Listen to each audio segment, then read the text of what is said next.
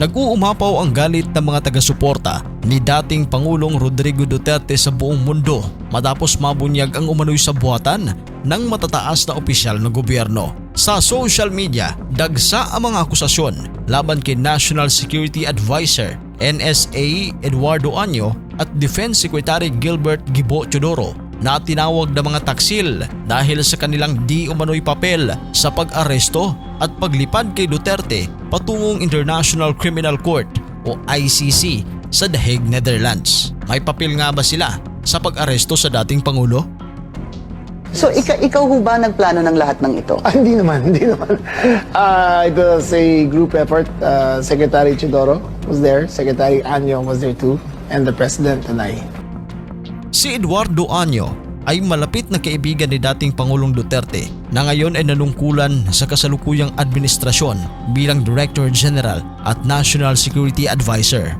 Sa katunayan, hinirang ni dating Pangulong Duterte sa iba't ibang posisyon sa gobyerno sa pamamagitan ng official appointment. Alinsunod na rin sa kapangyarihan ng Pangulo na mag-appoint ng mga opisyal sa ehekutibo. Itinalaga siya ni Duterte bilang Chief of Staff ng AFP noong December 2016 matapos ang kanyang paglilingkod bilang Commanding General ng Philippine Army. Noong October 2017, hinirang siya ni Duterte bilang Officer in Charge OIC ng DILG matapos ang pagre-retiro niya mula sa AFP.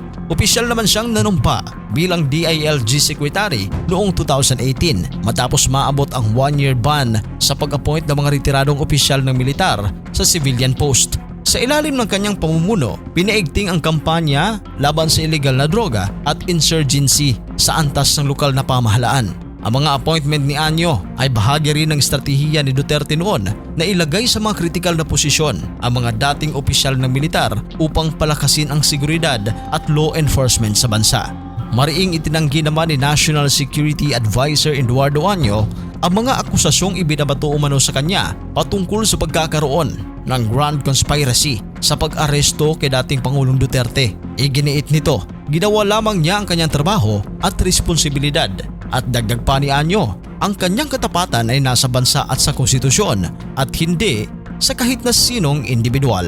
That I am not aware of any core group, nor am I a member of such group that allegedly planned and prepared for the arrest of former President Duterte. It was a group effort. Secretary Teodoro was there, Secretary Año was there too, and the President and I. Samantala, sa administrasyong Duterte, si Gibo Teodoro ay hindi nagkaroon ng opisyal na posisyon sa gabinete o anumang mataas na posisyon sa gobyerno. Noong 2021, inialok sa kanya ni dating Pangulong Rodrigo Duterte ang posisyong Secretary ng Department of National Defense o DND. Ngunit tumanggi siya sa alok na ito. Naging aktibo siya sa pribadong sektor bago tuluyang bumalik sa gobyerno sa ilalim ng Administrasyong Marcos Jr. kung saan siya ang kasalukuyang nagsisilbing kalihim ng DND mula noong 2023. Masasabi naman natin na may maganda at maayos na relasyon sina Gibo at dating Pangulong Duterte bagamat hindi sila naging lantad na magkasama sa politika. Pareho silang may background sa national defense at seguridad kaya may mutual respect sila sa isa't isa. Noong 2016, bago ang halalan, isa si Teodoro sa mga sinasabing inalok na maging Defense Secretary ng Administrasyong Duterte, ngunit hindi niya ito tinanggap. Taong 2021, muling inalok ni Duterte kay Gibo ang pagiging kalihim na Department of National Defense, ngunit tinanggihan rin ito ni Teodoro. Sa kabuuan, maayos ang kanilang relasyon, ngunit hindi sila sobrang magkalapit sa politika tulad ng iba pang malalapit na kaalyado ni Duterte. Gusto ko na sumagot ang Armed Forces of the Philippines kung bakit nila pinayagan na mangyari ito. May ginawa ang Armed Forces, sinuportahan ang Philippine National Police dahil ito ay law enforcement operation. Una nang sinabi ni DILG Secretary John Vic Rimulya na nagpaplano sila dito para sa pag-aresto ni Duterte pero sa hearing ng Senado nagbago ang ihip ng hangin nang bumaligtad ang kanyang pahayag. Sinabi ninyo na hindi kayo mag-isa na nagplano, kundi isang There was no grupo. planning, ma'am. Pero yun ang sabi eh. I said, hindi ako nagplano.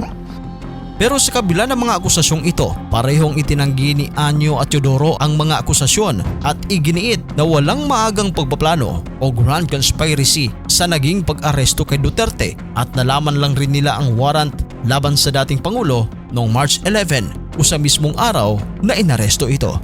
Kung kayo naman ang tanungin, posible ba na may kinalaman ang dalawang opisyal na ito sa pagka-aresto kay dating Pangulong Duterte? Nasa inyo ang sagot. Pag-usapan natin yan sa comment section.